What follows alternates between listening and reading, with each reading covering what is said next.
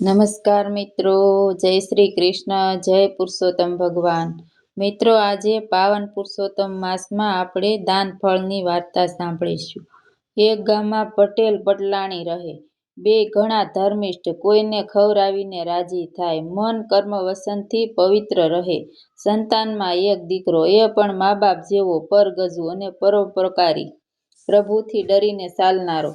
પાવન પુરુષોત્તમ માસ નજીક આવતા પટેલે વિચાર કર્યો કે આ વખતે તો વ્રત ગંગા કિનારે કરવું, રોજ ગંગા સ્નાનનું પુણ્ય મળે।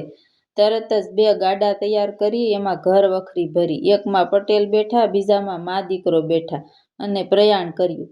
માર્ગ કપાતો જાય અને ભજન કીર્તન થતા રહે। વૈકુંઠમાં પ્રભુએ વિચાર કર્યો કે ભક્તની પરીક્ષા તો લેવી જ છે। પ્રભુ તો સાધુનું સ્વરૂપ ધારણ કરી આવ્યા પટેલ પાસે।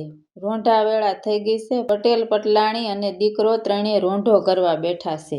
સાધુને જોઈ પટેલે આસન આપ્યું, પ્રણામ કરી જમવા પધારવાનું ભાવથી કહ્યું।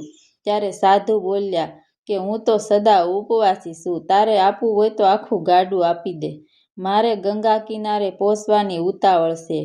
પટેલે તો જરાય વિચાર ન કર્યો, ઘર વખરી પણ ન ઉતારી, સીધી બળદની રાસ સાધુના હાથમાં આપી દીધી। સાધુ તો ગાડું લઈને રવાના થયા।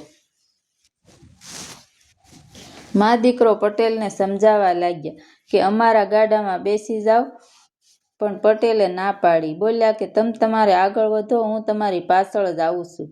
મા દીકરો ગાડું લઈને આગળ વધ્યા, પટેલ પાછળ ચાલ્યા જાય છે। ચાલતા ચાલતા પ્રભુના ગુણગાન ગાતા જાય, એમાં એવા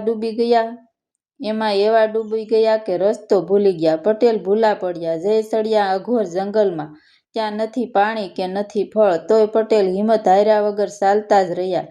અન્ન જળ વગર 3 દિવસ વીતી ગયા, ચાલવાની શક્તિ પણ ન રહી। ત્યારે પટેલ એક વૃક્ષ નીચે થાક ખાવા બેઠા, તો ધબાક કરતું એક મોટું ફળ પડ્યું। પટેલે તો જિંદગીમાંય કદી આવું ફળ જોયું ન હતું। ભૂખ લાગી છે, પણ અજાણ્યું ફળ ખવાય નહીં, અને અઘોર જંગલમાં આ ફળ વિશે પૂછવુંય કોને? પટેલે તો ફળ પસેડીના શેડે બાંધ્યું અને આગળ વધવા લાગ્યા। આગળ જતા જીર્ણ શીર્ણ શિવાલય આવ્યું। પટેલે વિચાર કર્યો કે ભોળાનાથને જ પૂછી લઉં। પટેલ તો શિવાલયમાં જઈને બેસી ગયા। 3 દિવસ ભૂખ્યા તરસ્યા શિવને યાદ કરતા રહ્યા। ત્યારે શિવજી પ્રગટ થયા। પટેલ તો શિવજીના ચરણમાં ઢળી પડ્યા। શિવજીએ વરદાન માંગવા કહ્યું। ત્યારે પટેલ બોલ્યા કે આ ફળ ખવાય કે નહીં? ભોળાનાથ હસીને બોલ્યા કે આ ફળ વિશે તો હું પણ કાંઈ જાણતો નથી, ચાલો વિષ્ણુને જઈને પૂછીએ। શિવજીની ઈચ્છા આ બહાને પટેલને વિષ્ણુના દર્શન કરાવવાની હતી। શિવજી તો પટેલને લઈને વિષ્ણુલોકમાં આવ્યા। પ્રભુના દર્શન થતાં જ પટેલની આંખમાંથી દળ દળ આંસુ વહેવા લાગ્યા, પગે લાગ્યા, પછી બોલ્યા કે હે નાથ, 6 દિવસનો ભૂખ્યો છું, આ ફળ ખાવ કે ન ખાવ? ભગવાન હસીને બોલ્યા કે એ તો દાન ફળ છે, મહાપુણ્યશાળીને જ મળે। પટેલે ફળ ખાધું, પણ ખાતા જ 32 કોઠે દીવા થયા। ત્યાં જ પટેલની નજર પોતાના ગાડા પર પડી, પાસે બીજું ગાડું પડ્યું છે, એમાં પટલાણી અને દીકરો બેઠા છે। પટેલે પ્રભુ સામે જોયું, ત્યારે ત્રિભુવન તારણ બોલ્યા કે હે ભક્ત, તે જરાય ખચકાટ વગર ગાડું આપી દીધું, તેના પુણ્યના ફળ રૂપે તને અને તારા પરિવારને વૈકુંઠના દર્શનનો લાભ મળ્યો। હવે તમે ત્રણેય સદેહ વૈકુંઠ ભોગવો। અમૃત માસે સ્નાન ધ્યાન કરી કરે જે દાન, વૈકુંઠ સદેહ ભોગવે રહે સાથે ભગવાન। હે પુરુષોત્તમ, તમે જેવા પટેલ અને એના પરિવારને ફળ્યા, એવા સૌને ફળજો। પુરુષોત્તમ ભગવાનની જય। પુરુષોત્તમ ભગવાનને પ્રાર્થના।